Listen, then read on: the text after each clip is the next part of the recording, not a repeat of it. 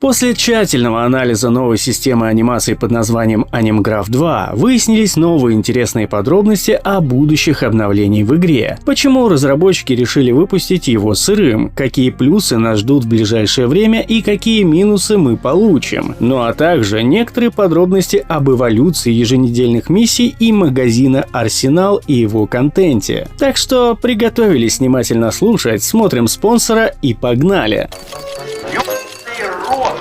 Это казино.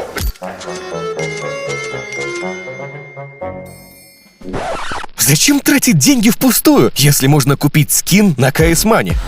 Здесь больше миллиона скинов, цены ниже Стима и мгновенные обмены. А еще есть оплата по СБП, криптой, любыми картами, скинами, что угодно вообще. Короче, не сливай бабки на скам, покупай скины на CS Money.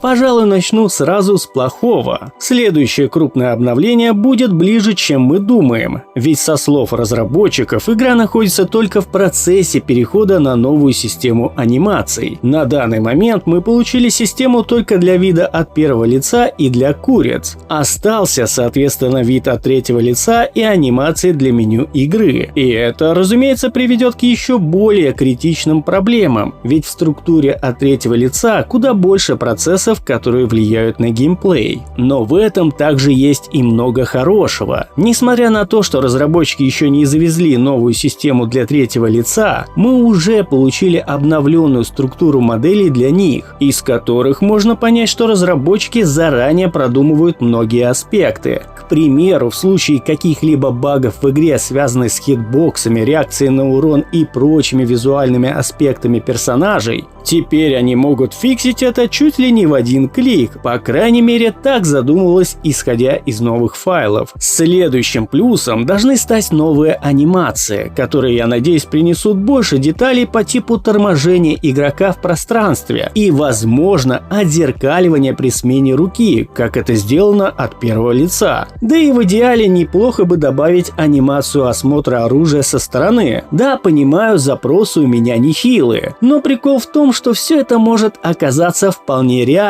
Ведь руки от первого лица теперь берутся не как отдельный файл модели, а находятся теперь в файле персонажа. Да-да, именно поэтому теперь все руки в игре имеют достоверное предплечье. И это, к тому же, нехило упрощает разработку новых агентов в игре. Да, если вы думали, что их больше не будет, это не совсем так. Вот вам еще затравочка. С появлением магазина Арсенал все говорили, что он является заменой операции, чисто глядя на его визуальную составляющую. Но недавно при изучении кода самого магазина и экспериментом с кодом старых операций, теперь примите тот факт, что это буквально копия магазина «Хищные воды». Не просто там какой-то визуальный референс. Нет, это и есть магазин операций «Хищные воды». Все предметы, которые были в магазинах, начиная с расколотой сети, без каких-либо изменений спокойно выводятся в магазине Арсенала, что в будущем вполне не исключено появление предметов старых операций по типу агентов в данном магазине, тем более, что готовится система ставок, и, возможно, как раз для таких вот раритетных предметов. Ну и напоследок миссии. Вы уже заметили новый измененный дизайн, в котором теперь указывается иконка режима и карты, на которые нужно все выполнять. Исходя из последних утечек, есть также вероятность, что разработчики хотят вернуть военные игры, дабы разбавить эту нудятину. И скажу вам по секрету, разработчикам не составит особого труда их вернуть, так как большинство из них и так уже нормально работают в игре.